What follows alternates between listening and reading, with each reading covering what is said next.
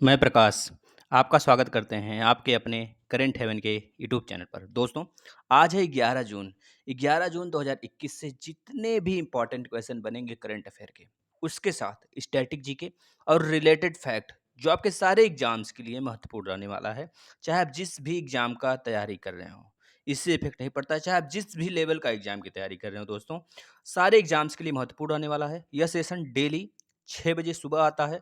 अगर आप डेली ये सेशन फॉलो करते हैं तो अपने आप को 21 या फिर 1 महीने बाद कहीं और ज़रूर पाएँगे दोस्तों। दूसरों से बेहद ही या फिर कहीं बहुत ज़्यादा अलग पाएँगे।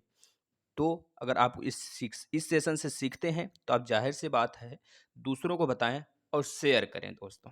ज़्यादा से ज़्यादा शेयर करें जिससे कि आपकी फैमिली बहुत जल्द बड़ी हो सके। तो चलिए हम लोग स्टार्ट कर लेते हैं आज के पहले क्वेश्चन से। हाल ही में आरबीआई ने किस बैंक पर हाल ही में आरबीआई ने किस बैंक पर 6 करोड़ का जुर्माना लगाया है?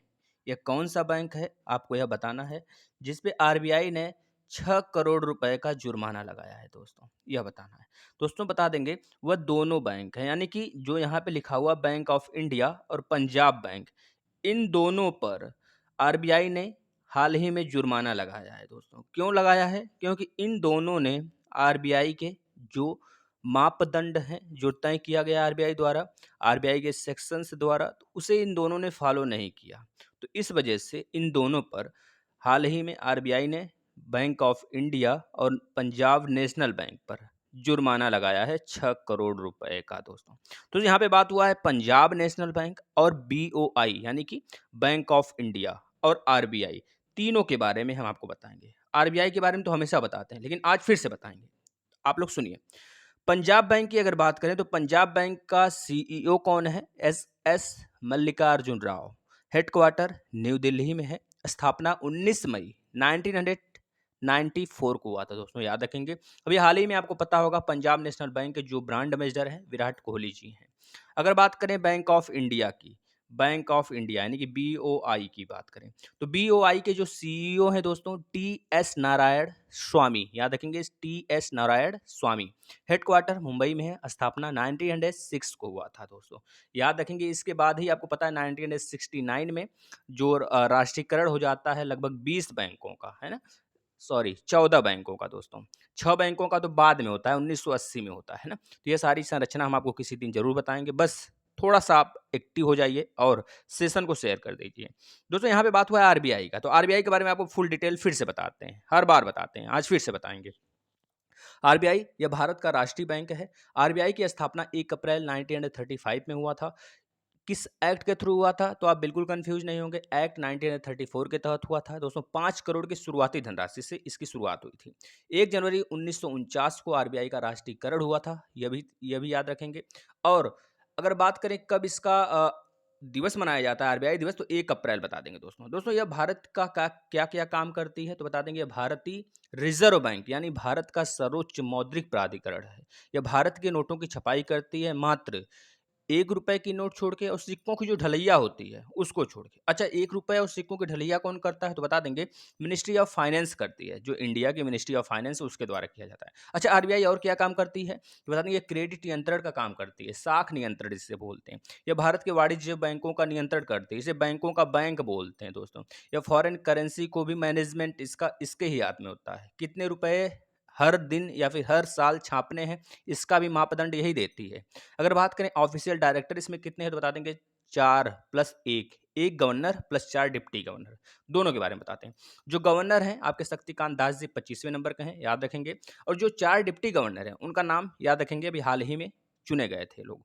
तो टी रवि शंकर पहले, एम राजेश्वर राव दूसरे, डॉक्टर एम डी पात्रा और चौथे बीपी कानून को, याद रखेंगे। तो जो फर्स्ट गवर्नर ऑफ आरबीआई तो पूछा जाता है तो बताएंगे सर ऑसबर्न स्मिथ, जो कि 1935 से 1937 तक थे। पहले भारतीय गवर्नर कौन थे आरबीआई के, तो बता देंगे सी डी देशमुख 1937 से 49 तक। अगर बात करें पहले ऐसे गवर्नर जो पहले पीएम भी रह चुके हैं भारत के, तो बता देंगे मनमोहन सिंह जी। आरबीआई का हेडक्वार्टर पहले कोलकाता था, लेकिन 1937 से मुंबई बन गया दोस्तों, मुंबई में। आरबीआई का लोगो क्या है, तो बता देंगे एक ताड़ का वृक्ष है और उसमें एक रॉयल बंगाल टाइगर है दोस्तों, यह किस कमीशन पर आरबीआई की स्थापना हुई थी? तो बता देंगे हिल्टन यंग कमीशन पर दोस्तों, उसकी सिफारिश पर। वर्तमान में शक्तिकांत दास जी 25वें नंबर के गवर्नर हैं। आरबीआई के गवर्नर का कार्यकाल 3 वर्षों का होता है। आरबीआई के गवर्नर की नियुक्ति इच्छा कौन करता है? तो बता देंगे वित्त मंत्री की सलाह पर पीएम करता है। अच्छा, वेतन कितना होता है इसका? तो बता देंगे आरबीआई का जो वेतन है, सैलरी है 2.5 लाख रुपए है दोस्तों। इतनी बातें आप यहाँ से याद रख सकते हैं। चलते हैं नेक्स्ट क्वेश्चन की तरफ। हाल ही में किस राज्य सरकार ने रायमोना रिजर्व फॉरेस्ट को छठा राष्ट्रीय उद्यान नामित किया है? यानी कि पहले से वहां पे 5 राष्ट्रीय उद्यान थे, अभी हाल ही में असम ने दोस्तों छठा राष्ट्रीय उद्यान का घोषणा कर दिया है, रायमोना रिजर्व फॉरेस्ट। याद रखेंगे, इंपॉर्टेंट होगा आपके एग्जाम के लिए। अब हम बताते हैं इसके जितने भी पांचों के पांच, पहले यह सुन लीजिए, रायमोना रिजर्व फॉरेस्ट किस जिले में है? असम के काकरा झार जिले में रायसेना जो राष्ट्रीय उद्यान है दोस्तों, यह स्थित है। रायमोना, रायसेना नहीं, रायमोना असम का छठा राष्ट्रीय उद्यान बन चुका है। अच्छा, 5 कौन से हैं बता देंगे? काजीरंगा, मानस, नामेरी, ओरंग, डिब्रू सुखोया। क्या क्या? काजीरंगा, मानस, नामेरी, ओरंग और डिब्रू सुखोया। यहाँ पे बात हुआ असम का, तो असम के बारे में सब कुछ बताते हैं। असम का कैपिटल दिसपुर। सीएम हिमंत बिस्व शर्मा अभी हाल ही में बने हैं, आपको पता है दोस्तों, सर्बानंद सोनेवाल की जगह। गवर्नर जगदीश मुखी। पीएम मोदी महाबाहु ब्रह्मपुत्र पहल यहीं पे शुरू हुआ था। पर्यटन संजीवनी योजना यहीं पे शुरुआत हुई थी। अरुणोदय नामक योजना भी यहीं पे शुरू हुआ था। धनवंतरी योजना जो कि असम का बहुत फेमस योजना है, याद रखेंगे। भारत का एकमात्र गोल्डन बाग असम में देखा गया था। ब्रह्मपुत्र मुकुता क्रूज यहाँ पे शुरू हुआ था दोस्तों। भारत का ईस्ट एरिया का पहला गाय हॉस्पिटल यहाँ पे खोला गया है। बिहू, नगरुम्बा, हुमरू, बोसाल यहाँ के नृत्य हैं फेमस, याद रखेंगे दोस्तों। बिहू फेमस यहाँ का नृत्य है दोस्तों। यहाँ की लोकसभा सीट 14, विधानसभा सीट 126, राज्यसभा सीट 7 है। जो असम की स्थापना हुई थी, कब हुई थी? तो बता देंगे 15 अगस्त 1947 को हुआ था दोस्तों, याद रखेंगे।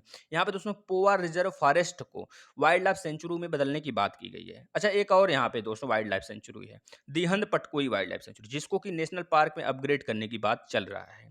जैसा कि आपको पता है, रायमोना रिजर्व फॉरेस्ट को नेशनल में बना दिया गया, नेशनल फॉरेस्ट, नेशनल आपका राष्ट्रीय उद्यान। लेकिन अभी एक बात और चल रही, हो सकता है 7वां राष्ट्रीय उद्यान आपका बन जाए। कौन? Dihang Patkai wild life sanctuary दोस्तों। इसकी बातें अगर अपडेट होगा तो हम आपको जरूर बताएंगे। चलिए नेक्स्ट क्वेश्चन पे चलते हैं। नेक्स्ट क्वेश्चन देखते हैं। हाल ही में स्कूली शिक्षा में जो परफॉर्मेंस है स्कूली शिक्षा से रिलेटेड ग्रेडिंग निकाला जाता है। उस ग्रेडिंग इंडेक्स में सबसे ऊपर कौन सा राज्य रहा है, आपको यह बताना है दोस्तों। कौन सा राज्य रहा है? तो बता देंगे, चाहे वह यूटी हो यानी कि केंद्र शासित प्रदेश हो, चाहे वह राज्य हो, सब में सबसे ऊपर राज्य जो रहा है स्कूली शिक्षा के सुधार करने में, पिछले 2 सालों में सुधार सबसे ज़्यादा किस राज्य में हुआ है, इसका मतलब यह है, तो बता देंगे पंजाब में हुआ है दोस्तों। अच्छा दोस्तों, हम बताते हैं आपको, जो पंजाब है 2018-19 में जो इसका प्राप्तांक था, कह लीजिए 13वें स्थान पर था यह। इस बार जो है दोस्तों, यह 1000 नंबर पे तय किया गया है। 1000 नंबर में 929 अंक यह ग्रहण किया है, प्राप्त किया है। और जो दूसरे स्थान पे रहा है दोस्तों 1000 में पाने वाला 912 रैंक, 912 रैंक किसे मिला? चंडीगढ़ केंद्र शासित प्रदेश है आपका। और तीसरे स्थान पर याद रखेंगे 1000 में दोस्तों 906 रंग पाया हुआ है तमिलनाडु, जो तीसरे स्थान पर है दोस्तों। याद रखेंगे, यहाँ पे पंजाब की बात हुआ है, तो पंजाब का capital Chandigarh, CM captain Amarinder Singh, governor दोस्तों BP Singh Badnore. Lok Sabha seat 13, Rajya Sabha seat 7 और विधानसभा सीट 117 है दोस्तों, याद रखेंगे। दोस्तों बसों में महिलाओं के लिए मुक्त यात्रा की घोषणा भी सबसे पहले पंजाब में हुआ था। अवैध खनन की जांच के लिए एक प्रवर्तन निदेशालय की भी स्थापना पंजाब ने किया था दोस्तों। O2 की बचत, मतलब कि ऑक्सीजन की बचत के लिए लोहा उद्योग को बंद करने की भी घोषणा पंजाब सरकार ने ही किया था दोस्तों, हाल ही में। इतनी बातें आप यहाँ से याद रखेंगे। चलते हैं नेक्स्ट क्वेश्चन की तरफ। एक बात और याद रखें, पंजाब में कोई भी नेशनल पार्क नहीं है दोस्तों, ये चीज़ याद रखेंगे, है ना। एक ऐसा राज्य मात्र है पंजाब जहाँ पे कोई नेशनल पार्क नहीं है। नेक्स्ट क्वेश्चन, हाल ही में हितेंद्र दवे किस बैंक के सीईओ बने हैं, आपको यह बताना है दोस्तों। तो बता देंगे किस बैंक के सीईओ बने हैं? HSBC के, यानी कि Hong Kong and Shanghai banking corporation limited. Hong Kong, H का मतलब हांगकांग, संघाई, संघाई बैंकिंग कॉरपोरेशन लिमिटेड दोस्तों। अब इसका बात करें सीईओ कौन है इसके, तो बता देंगे नोएल क्वीन इसके सीईओ, हेडक्वार्टर लंदन में है। संस्थापक कौन है इसके? Thomas Sutherland. स्थापना कब हुआ था? 3 मार्च 1865 को। इतनी बातें आप यहाँ से याद रखेंगे। चलते हैं नेक्स्ट क्वेश्चन की तरफ। हाल ही में किस अंतर्राष्ट्रीय हवाई अड्डे ने नेट एनर्जी न्यूट्रल स्टेटस प्राप्त किया है दोस्तों? तो बता देंगे किसने ऐसा कारनामा किया है, तो बता देंगे दोस्तों बेंगलुरु हवाई अड्डा, यानी कि कैंपेगौड़ा अंतर्राष्ट्रीय हवाई अड्डा जो कि कर्नाटक के बेंगलुरु में स्थित है दोस्तों, इसने यह कारनामा किया है। यहाँ पे कर्नाटक की बात हुई तो कर्नाटक के बारे में सब कुछ बताते हैं दोस्तों हम आपको। तो कर्नाटक का कैपिटल बेंगलुरु, यहाँ के CM BS Yediyurappa, governor Vajubhai Vala. दोस्तों यहाँ पे नैक्रेक सम्मान योजना शुरू हुआ है, याद रखेंगे दोस्तों। यहीं पर कोरोना वॉच ऐप भी स्टार्ट हुआ दोस्तों। अलमाटी बांध जो कि कृष्णा नदी पर स्थित है, यहीं पर स्थित है दोस्तों, याद रखेंगे। कृष्णराज सागर बांध भी कावेरी नदी पर स्थित है दोस्तों। वादीपुर, आई, नगरहुल, बनरघट्टा, कुदेरमुखा नेशनल पार्क यहीं पर स्थित है दोस्तों। आही नहीं, अंसी होगा दोस्तों, अंसी नेशनल पार्क यहीं पर स्थित है। बांधी national park, Nagarhole national park, Bannerghatta national park, Kudremukh national park Karnataka में ही स्थित है, याद रखेंगे दोस्तों। स्कीम कनेक्ट फोरम भी यहीं पे शुरू हुआ था दोस्तों। यक्षगण यहाँ का फेमस डांस है, फेमस नृत्य है, आप याद रखेंगे। यहाँ की लोकसभा सीट 28, राज्यसभा सीट 12, विधानसभा सीट 225 है। कर्नाटक की स्थापना कब हुई थी? अच्छा, 1 नवंबर 1956 को हुआ था दोस्तों, याद रखेंगे दोस्तों। इसके साथ ही बात करें तो 1 नवंबर को कर्नाटक हो गया।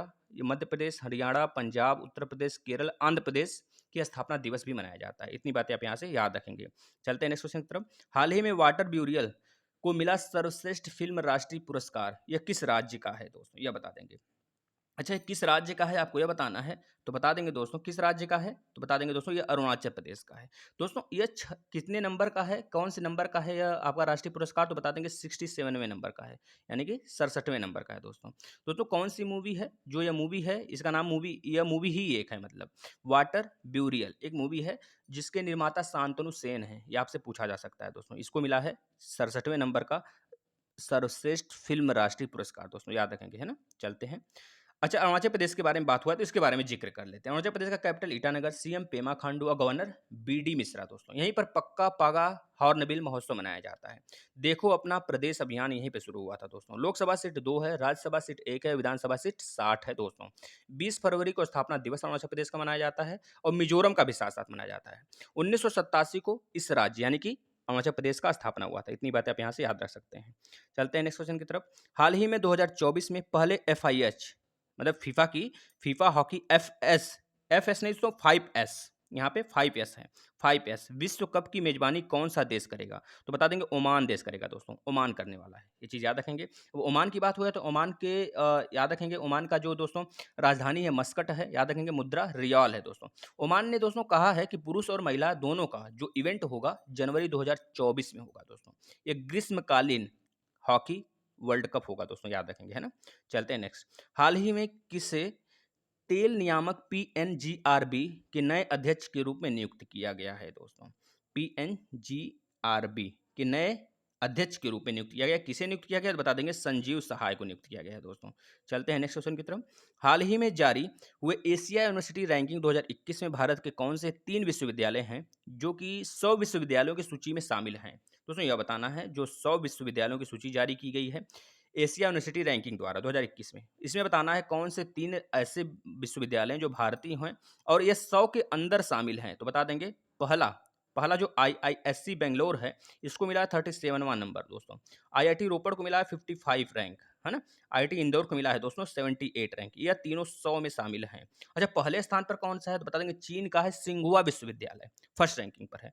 और सेकंड पर चीन का ही दोस्तों पैकिंग यूनिवर्सिटी, और थर्ड पर और 5वें पर सिंगापुर का विश्वविद्यालय है दोस्तों, और चौथे स्थान पर है हांगकांग यूनिवर्सिटी दोस्तों। इतनी बातें आप याद रखेंगे। यहाँ पे चीन के बारे में बात हुआ है तो चीन के बारे में आपको बहुत बार बताया दोस्तों। जितना जानते हैं चीन के बारे में सब लिख डालिए, जिससे कि आपका रिवीजन हो जाएगा।